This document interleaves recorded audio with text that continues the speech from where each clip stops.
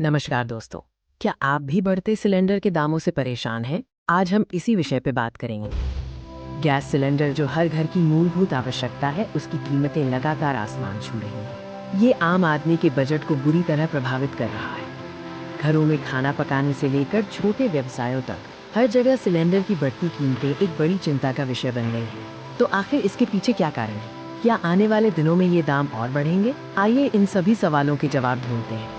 Cylinder की कीमतों पर सबसे बड़ा असर अंतर्राष्ट्रीय बाजार का पड़ता है। भारत में एलपीजी की कीमत सीधे तौर पर अंतर्राष्ट्रीय कच्चे तेल और गैस की कीमतों से जुड़ी हुई है, क्योंकि एलपीजी पेट्रोलियम उत्पादों का एक उपउत्पाद है। अगर वैश्विक बाजार में कच्चे तेल की मांग बढ़ती है या आपूर्ति में कोई कमी आती है, तो इसका सीधा असर हमारे सिलेंडर की कीमतों पर पड़ता है।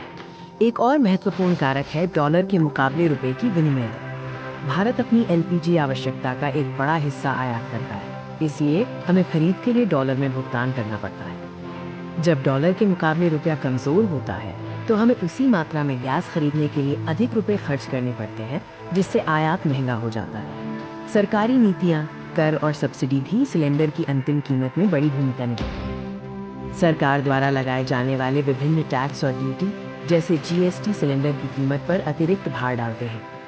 अगर सरकार सब्सिडी कम या पूरी तरह खत्म कर देती है, तो उपभोक्ताओं को पूरी कीमत चुकानी पड़ती है, जिससे सिलेंडर महंगा हो जाता है। अंतर्राष्ट्रीय और सरकारी कारकों के अलावा घरेलू स्तर पर वितरण लागत भी मायने रखती है। ट्रांसपोर्टेशन, डीलर कमीशन और अन्य परिचालन लागतों में वृद्धि होने पर सिलेंडर की अंतिम कीमत भी बढ़ जाती है। अब सवाल ये है कि क्या आने वाले दिनों में कीमतें और बढ़ेंगी?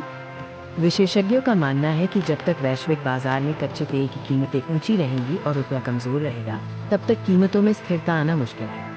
बढ़ती कीमतें सीधे तौर पर आम उपभोक्ताओं पर वित्तीय दबाव डालती हैं, खासकर गरीब और मध्यम वर्ग के परिवारों पर। संक्षेप में कहें तो सिलेंडर की बढ़ती कीमतों के पीछे कई जटिल कारक हैं, जिनमें वैश्विक, मौद्रिक और घरेलू नीतियां शामिल हैं। महंगाई पर काबू पाने के लिए सरकार को घरेलू उत्पादन बढ़ाने और वैकल्पिक ऊर्जा स्रोतों पर ध्यान केंद्रित करने की आवश्यकता है। इस महत्वपूर्ण जानकारी के लिए हमारे साथ बने रहने के लिए धन्यवाद। अगर आपको ये वीडियो उपयोगी लगा, तो लाइक और शेयर जरूर करें।